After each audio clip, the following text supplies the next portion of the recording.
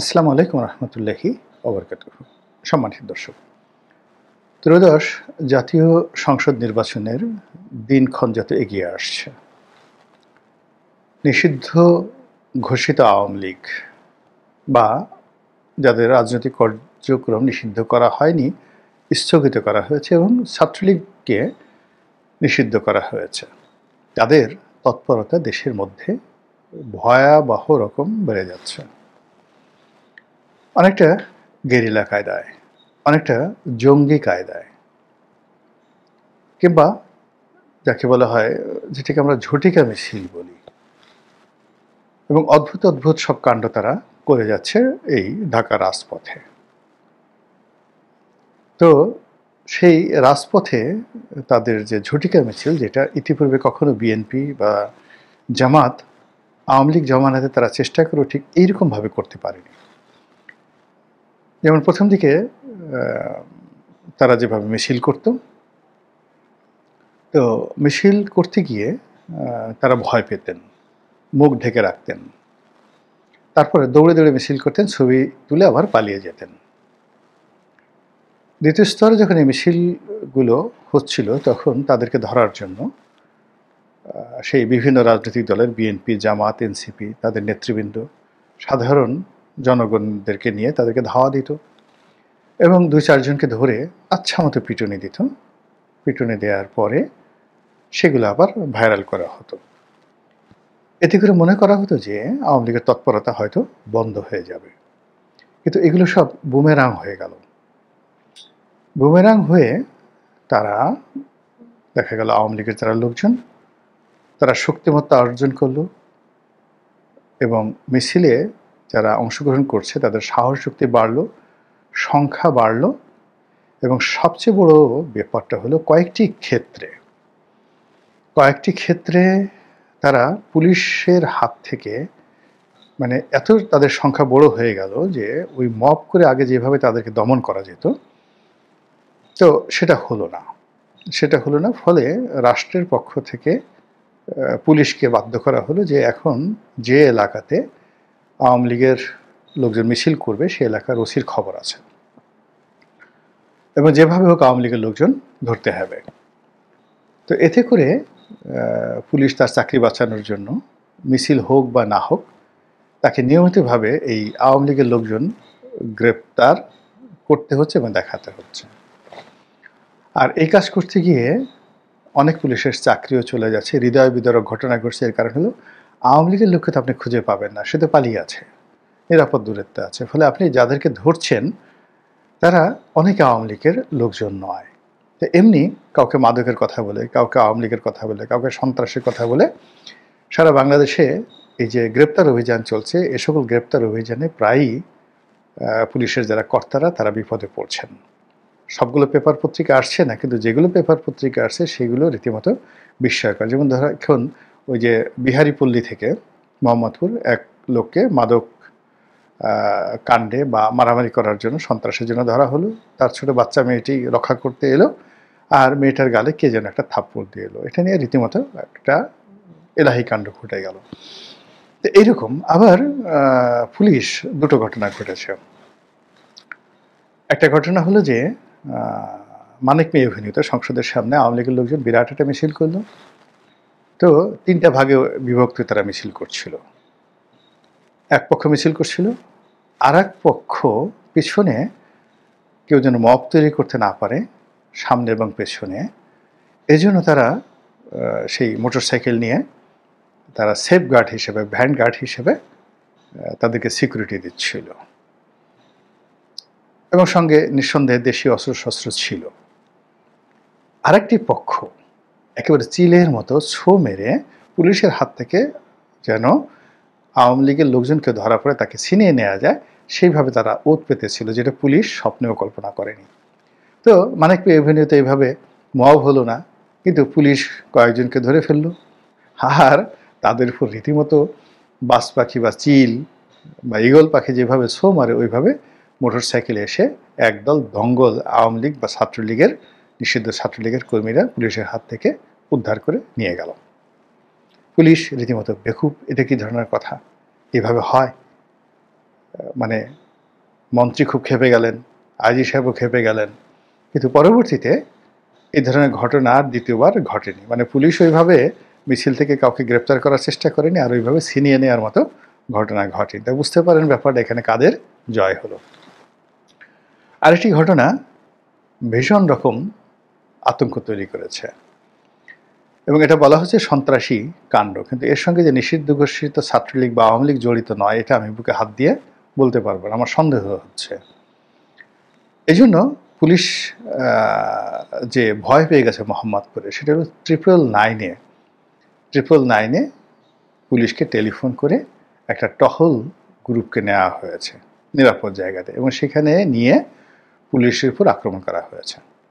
হতে পারে এটা কোনো ছিনতাইকারী গ্রুপ, সন্ত্রাসী গ্রুপ, অথবা ওই এলাকার পুলিশ কোনো রাজনৈতিক, মোহাম্মদপুর এলাকাতে রাজনৈতিক তৎপরতা দেখিয়েছে আওয়ামী লীগ বা ছাত্রলীগ, তাদের উপর হয়তো পুলিশ শক্তি প্রয়োগ করার চেষ্টা করেছে, বাড়ি বাড়ি আক্রমণ করার চেষ্টা করেছে। ওটার জন্য পুলিশের উপর এমন একটা আক্রমণ করা হলো যেটি সারা বাংলাদেশে রীতিমতো পুলিশের মধ্যে নতুন করে আতঙ্ক তৈরি করে ফেলেছে। এইগুলো দেশের অবস্থা। নির্বাচন যত ঘনিয়ে আসছে, এই দেশের মধ্যে এই কাজগুলো একের পর এক ঘটানো হচ্ছে। তো কাজে আমরা নিশ্চিত যে শেখ হাসিনা, এস আলম বা জেলখানার মধ্যে যে সকল ধনকুবেরা রয়েছেন, তারা এখানে যথেষ্ট বিনিয়োগ করছেন আওয়ামী লীগকে এভাবে একটি মানে জঙ্গি অবস্থায় পৌঁছে দেওয়ার জন্য, এবং আওয়ামী লীগের যারা প্রতিপক্ষ তাদের মনে ভয় তৈরি করার জন্য। এই গেল একটা। অন্যদিকে অস্ত্র ধরা পড়ছে, এবং বিভিন্ন মাধ্যম থেকে, গোয়েন্দা সূত্র থেকে যেটা বলা হচ্ছে যে আমাদের যে সীমান্ত, ভারত সীমান্ত তো এখন বন্ধ, তবে মায়ানমার সীমান্ত দিয়ে প্রচুর অস্ত্র দেশের মধ্যে ঢুকছে। কেউ বলার চেষ্টা করছে যে এটা অস্ত্র চোরাচালানের একটা গোল্ডেন রুট হয়ে পড়েছে, এবং এই অস্ত্র থাইল্যান্ড থেকে, চীন থেকে, বিভিন্ন জায়গাতে এসে এটা ভারতে ঢুকে যাচ্ছে, বাংলাদেশের মধ্যে থেকে যাচ্ছে, বা অন্য কোনো তৃতীয় দেশে চলে যেতে পারছে, হোয়াট এভার মেবি, বাট এটা অস্ত্র চোরাচালানির একটা গোল্ডেন রুট হয়ে পড়েছে। এমনি গত 14 মাস ধরে মায়ানমার থেকে অবাধে গরু আসছে, অন্যান্য চোরাচালানি পণ্য আসছে, ইয়াবা আসছে, আর অস্ত্র আগেও আসতো, কিন্তু এখন এটি সীমাহীন অস্ত্র এবং গোলা বারুদ। এবং এত সব মানে যাকে বলা হয় হাই এন্ডের অস্ত্র আসছে, যেগুলো আমাদের আইনশৃঙ্খলা রক্ষাকারী বাহিনীর হাতেও নেই। কেউ বলার চেষ্টা করছে যে এ সকল অস্ত্র দিয়ে একটা গেরিলা যুদ্ধ করার জন্য একটি অশুভ শক্তি, পঞ্চম বাহিনী দেশবিরোধী তৎপরতায় লিপ্ত। কেউ স্বভাবসুলভভাবে এই কাজের জন্য আওয়ামী লীগকে দায়ী করছে, কেউ এটাকে মার্কিন ডিপ স্টেটের পলিসির কথা বলা হচ্ছে, কেউ এটাকে রোহিঙ্গাদের কাণ্ড হিসেবে বলার চেষ্টা করছে, হোয়াট এভার মেবি, কিন্তু ঘটনা তো সত্য। এবং এই কারণ কি হলো, পুরো কক্সবাজার, টেকনাফ, উখিয়া থেকে শুরু করে এই এলাকার বিস্তীর্ণ অঞ্চলের মানুষের জীবনযাত্রা রীতিমতো হারাম হয়ে গেছে। আচ্ছা, এই ঘটনা যখন ঘটছে, তখন আমাদের রাজধানীর নিরাপত্তা ব্যবস্থা, জনজীবনের স্বাভাবিক নিরাপত্তা বোধ এবং রাজনীতিবিদদের মধ্যে যে আতঙ্ক তুঙ্গে গিয়ে পৌঁছে গেছে।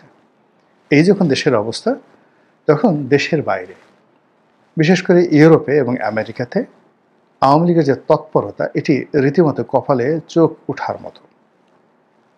আওয়ামী লীগের কতগুলো পরিচিত মুখ রয়েছে যারা সোশ্যাল সামাজিক মাধ্যমে এসে খুব গালাগাল করেন। এদের মানে গালাগাল আগে তারা সোশ্যাল মাধ্যমে করতো, এখন তারা গিয়ে অনেকটা মাস্তানের মতো করে ইচ্ছা মতো প্যারিসে চলে যাচ্ছেন, ইচ্ছা মতো ইটালি চলে যাচ্ছেন, ইচ্ছা মতো ইংল্যান্ডে চলে আসছেন, আবার আমেরিকাতে যাচ্ছেন। মানে আওয়ামী লীগ অন্তত কয়েকশো এরকম আন্তর্জাতিক মাস্তান তৈরি হয়েছে, দাউদ ইব্রাহিম তৈরি হয়েছে, ডন তৈরি হয়েছে, যারা আওয়ামী লীগের প্রতিপক্ষ, সেটা বিএনপি হোক, জামাত হোক, কিংবা সেটি ডক্টর মোহাম্মদ ইউনূসের লোকজন হোক, তাদেরকে ভয় দেখানোর জন্য এই গত 14 মাসে তারা যেভাবে একের পর এক কাণ্ড সেই ইউরোপে আমেরিকাতে ঘটাচ্ছে, কল্পনা করা যায় যে একজন উপদেষ্টা সে একটা অনুষ্ঠান করতে গেছে নিউ ইয়র্কের বাংলাদেশ কনসুলেট অফিসে। আপনারা তো জানেন যে বাংলাদেশের যে দূতাবাস সেটা হলো ওয়াশিংটনে, এবং ওখানে বড় বড় শহরগুলোতে, ছোট ছোট শহরগুলোতে সেখানে কাউন্সিলর আছে বা কনসুলেট অফিস আছে, যেগুলো সরাসরি দেখা যাচ্ছে কাউকে কনসাল জেনারেল নিয়োগ দেওয়া হয়, সে নিজে একটা অফিস মেনটেন করে, আর রাষ্ট্র এখানে সাব অফিস হিসেবে বেশ কয়েকটা তাদের যে কাউন্সিল অফিস আছে তার মধ্যে সবচেয়ে বড় অফিসটি কনসুলেট অফিস, সেটা হলো নিউ ইয়র্কে। তো সেই নিউ ইয়র্কের রাষ্ট্রীয় কনসুলেট অফিসের মধ্যে আওয়ামী লীগের লোকজন ঢুকে গেল। তারা সেখানে ঢুকে মারপিট করলো, ভাঙচুর করলো। তারপরে ওখানে মাহবুব সাহেব যে উপদেষ্টা, তার গাড়িতে আক্রমণ করলো, এবং সেখানে যারা সিকিউরিটিতে দায়িত্ব ছিলেন, কেউ বলছেন গাড়িতে মাহবুব সাহেব ছিলেন, কেউ ছিলেন বলে যে না ছিলেন না, তিনি পিছনের দরজা দিয়ে চলে গেছেন, হোয়াট এভার মেবি। মানে রীতিমতো তছনছ করে দিচ্ছে আওয়ামী লীগ দেশের বাইরে। এবং এই যে কাজগুলো তারা করছে, এই কাজের পেছনে রয়ের মদত আছে। এই কাজের পেছনে সিবিআই তাদের মদত আছে। এই কর্মের পেছনে অজিত দোভাল এবং নরেন্দ্র মোদীর মদত আছে, ভারতের মদত আছে, দিল্লির চাণক্য নীতি আছে, এতে কোনো সন্দেহ নেই। তারা আওয়ামী লীগের পেছনে ইনভেস্ট করছে, আওয়ামী লীগ নিজে ইনভেস্ট করছে, ভারত ইনভেস্ট করছে। এই কথাগুলো আপনাকে বুঝতে হবে, বিশ্বাস করতে এবং সেভাবে প্রস্তুতি নিতে হবে। আপনারা যারা জানেন যে কলকাতাতে তাদের এই মুহূর্তে কয়েক লাখ শীর্ষ নেতা কর্মী রয়েছে, যারা সেখানে রীতিমতো একটা বাজার বসিয়ে নিয়েছেন। এবং আপনারা জানেন যে আওয়ামী লীগ যেখানে যায় সেখানেই তারা রাজত্ব প্রতিষ্ঠা করে ফেলে। আমাকে একজন লোক বলতেছিলেন যে একটা সময় হেমায়েতুল্লাহ আরঙ্গ এবং কাদের সিদ্দিকী সাহেব তারা কলকাতাতে যখন ছিলেন ৭৫ পরবর্তী সময়, পুরো কলকাতার আন্ডারওয়ার্ল্ড তারা নিয়ন্ত্রণ করতেন। একটি অংশ, কলকাতার একটি অংশ হেমায়েতুল্লাহ আরঙ্গ নিয়ন্ত্রণ করতেন, অপর অংশটি কাদের সিদ্দিকী নিয়ন্ত্রণ করতেন। আরঙ্গ সাহেব মারা গেছেন, কাদের সিদ্দিকী জীবিত আছেন। এটা বদনাম হতে পারে, দুর্নাম হতে পারে, বাট এটাই সত্য। আর যে লোক আমাকে বলেছেন সেটা হলো তিনি কলকাতাতে গেছেন এবং একটা নির্দিষ্ট এলাকাতে গিয়ে তার মানিব্যাগ হারানো গিয়েছে। তো সবাই বললো যে এখানে মানিব্যাগ যদি পেতে হয় তুমি আরঙ্গ দাদার কাছে যাও। শিয়ালদহ স্টেশনের তার এই ঘটনা ঘটেছে, তিনি তার কাছে গেলেন এবং সে ঠিকই তার পরের দিন তাকে সেই মানিব্যাগ ফেরত দেওয়া হলো। তো এইরকম ছিল আওয়ামী লীগের ক্ষমতা। তো সেই আওয়ামী লীগের ক্ষমতা যদি ৭৫, ৭৬, ৭৭, ৮০ এই সময়টাতে এইরকম হয়, তো এখন আওয়ামী লীগের অবস্থা কেমন হতে পারে? তারা পুরো কলকাতার নিয়ন্ত্রণ নিয়ে নিয়েছে। কলকাতা পুলিশ, কলকাতার আন্ডারওয়ার্ল্ড, কলকাতার রাজনীতি, এবং মমতা ব্যানার্জি বা অমিত শাহ কিংবা ধরুন ওখানে যে সকল বিজেপির নেতা রয়েছেন, তাদের পুরো আওয়ামী লীগের যে কী প্রভাব এই মুহূর্তে ওখানে রয়েছে সেটা আওয়ামী লীগের লোকজনদের ওখানে ঢলাঢলি দেখলেই বুঝতে পারবেন। সেখানে আওয়ামী লীগ অফিস নিয়েছে, নিয়মিত সেখানে আড্ডা হচ্ছে, চা সিঙ্গারা কস্তুরি, চা সিঙ্গারা ফুলুরি, তারপরে চা কফি, কত কিছু। এবং সেখানে এবং সর্বশেষ এই যে একজন মেজর জেনারেল বাংলাদেশ থেকে পালিয়ে গেলেন, মিস্টার কবির, সপরিবারে নাকি তিনি পালিয়ে গেছেন। তিনি সেখানে গিয়ে সেই প্রাসাদ বসবাস করছেন এবং এখানে সামরিক, বেসামরিক, পুলিশের লোক, স্বরাষ্ট্রমন্ত্রী সবাই মিলিয়ে ওখানে একটা মিনি বাংলাদেশ তারা গড়ে তুলেছেন। তাদের অর্থ আছে, পরিকল্পনা আছে, রাষ্ট্রীয় তথ্য আছে, এবং তারা নিয়মিতভাবে স্পর্শকাতর জায়গাতে যোগাযোগ করে যে কর্মকাণ্ড চালাচ্ছেন, তৎপরতা চালাচ্ছেন, তার ফলে মিছিল ক্রমশ বড়ই হয়ে যাচ্ছে। আর এই যে কলকাতা কেন্দ্রিক যে কর্ম, এই কর্মগুলো করতে গিয়ে তারা যশোর, বেনাপোল, খুলনা, ভাঙ্গা, এরপর গোপালগঞ্জ, কোটালীপাড়া, শরীয়তপুর, মাদারীপুর, আলফাডাঙ্গা, বরিশাল এবং ঢাকা, কলকাতাকে কেন্দ্র করে এই কাজগুলো তারা করছে। এই এলাকাতে যারা বিএনপি করেন, এই এলাকাতে যারা রাষ্ট্র পরিচালনার বা রাষ্ট্রের পক্ষে প্রতিভূ, তারা খুব ভালো করে জানেন যে এই সমস্ত এলাকায় এখন আওয়ামী লীগের সেই দুর্দিন নেই। গেল এক।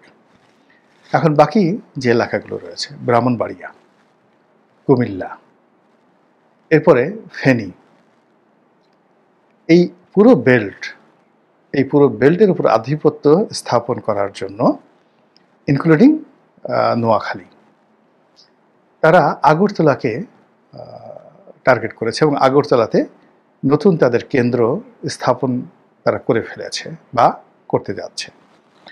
আপনারা জানেন যে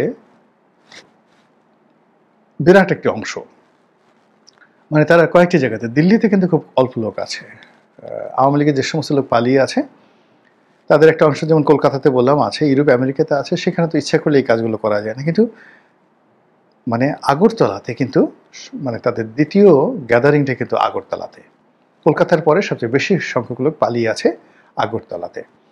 তো এই আগরতলাতে এখন নিয়মিতভাবে কলকাতা থেকে বড় বড় নেতারা আগরতলাতে আসছে এবং আগরতলার লোকদেরকে সংগঠিত করে এই সীমান্তের এপারে মানে আমাদের যে রাজনীতি এবং বাণিজ্যের যে প্রাণ, লাইফ লাইন, সেটা কুমিল্লা, ব্রাহ্মণবাড়িয়া, ফেনী, চট্টগ্রামের আগ পর্যন্ত, একদম সীতাকুণ্ড পর্যন্ত, এই এলাকাতে তারা তাদের তৎপরতা বাড়ার জন্য যে প্ল্যান তারা করে যাচ্ছে। আমরা সাধারণ জনগণ এই জিনিসগুলো যদি জানতে পারি, গোয়েন্দারা কি জানেন না তারা এই কাজগুলো যে হচ্ছে এই ব্যাপারে কোনো প্রতিবেদন বা কোনো তথ্যপত্র কি ডক্টর মোহাম্মদ ইউনূসকে জানাচ্ছেন? সরকারের পক্ষ থেকে কোনো ব্যবস্থা নেওয়া হয়েছে? তারপর বিএনপি বা জামাত যে রাজনৈতিক দলগুলো রয়েছে তারা কি এই সমূহ বিপত্তি মোকাবেলা করার জন্য প্রস্তুতি নিয়েছে? যদি না নেয় তাহলে বুঝতেই পারেন যে ফ্যাসিস্ট যাদের বিরুদ্ধে লড়াই সংগ্রাম করে 15টি বছর লড়াই সংগ্রাম করে আমরা সফল হয়েছি, যারা এখন আমাদেরকে সেই ছেড়ে চলে গেছেন অন্য একটি দেশে, সেখান থেকে যদি তারা এইভাবে একের পর এক তৎপরতা চালাতে থাকেন, সেই তৎপরতার ইফেক্ট আমাদের জনজীবনে, রাজনীতিতে এবং আমাদের সেফটি অ্যান্ড সিকিউরিটিতে এবং পুরো রাষ্ট্রের অস্তিত্বে কতটা ভয়ানক পরিণতি ঘটাতে পারে, আশা করি রাষ্ট্রের কর্তা ব্যক্তি যারা আছেন তারা অত্যন্ত গুরুত্বের সঙ্গে বিষয়টি দেখবেন। মহান আল্লাহ আমাদের সবাইকে হেদায়েত দান করুন এবং হেফাজত করুন। আসসালামু আলাইকুম ওয়া রাহমাতুল্লাহি ওয়া বারাকাতুহু।